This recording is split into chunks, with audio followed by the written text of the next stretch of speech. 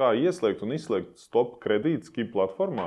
Vai zināji, ka vari pasargāt sevi no kredīta krāpniekiem ar vienu vienkāršu iestatījumu? KIB platformā pieejama funkcija Stop kredīts, kas ļauj ierobežot iespēju noformēt jaunus kredītus uz tava vārda. Bet ko tas īsti nozīmē? Ja stop kredīts ir aktivizēts, kredītdevēji redz, ka nevēlies uzņemties jaunas kredītsaistības. Tas var palīdzēt pasargāt tevi no identitātes zādzības, finanšu krāpniecības un pat impulsīviem aizņēmumiem. Parādīsim, kā šo funkciju ieslēgt. Vispirms atver KIB portālu, nospied uz sarkanās pogas ieiet un autorizējies sev ērtākajā veidā.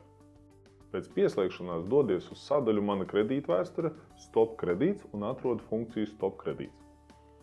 Lai aktivizētu šo funkciju, nospied pogu Iespējot, un šī funkcija tiks aktivizēta.